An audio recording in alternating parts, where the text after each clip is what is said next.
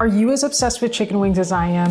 From Korean fried chicken to grilled or even oven baked, I'm all in. But the one that tempts and calls my name are buffalo wings. Deep fried to golden perfection and tossed in a glossy buffalo sauce with none other than blue cheese to smother them in. Well, I'm salivating just thinking about it, and we've got 1.5 kilos of wings here, so let me show you how to make the perfect classic buffalo wings and blue cheese dressing.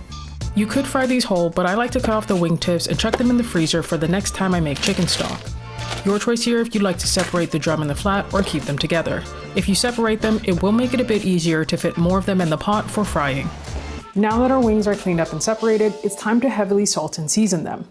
I'm using a 2-to-1 ratio of salt to seasonings by weight, but if you're using a measuring spoon, it'll be more like a 1-to-1. If anything, lean a bit heavier on the salt side.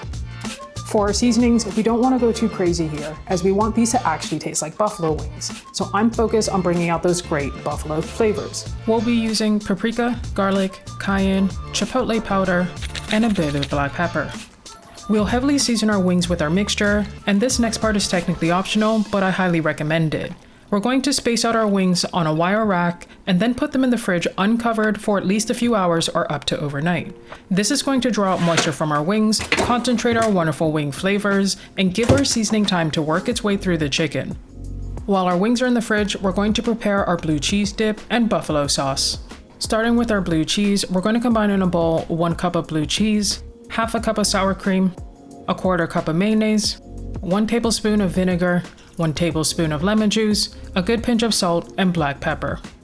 After a thorough whisk, we'll taste for seasoning and adjust if needed. Maybe we want a bit more brightness with a bit more lemon juice, or to balance out the strength of the blue cheese with a bit more sour cream. Adjust as you see fit. We'll then transfer our dip to an airtight container and let the flavors melt in the fridge. For our buffalo sauce, we're using none other than Frank's as our base. To a small saucepan, we'll add Frank's Original, unsalted butter, garlic powder, cayenne pepper, chipotle powder, salt, and black pepper.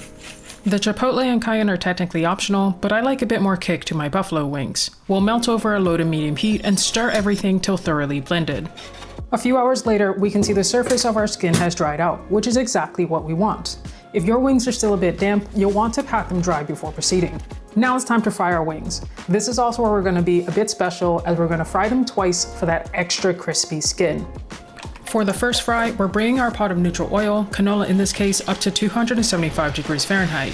We'll fry our wings for about 10 minutes. Don't overcrowd your pot here. Work in batches if you have to. We'll then let our wings rest for about 30 minutes.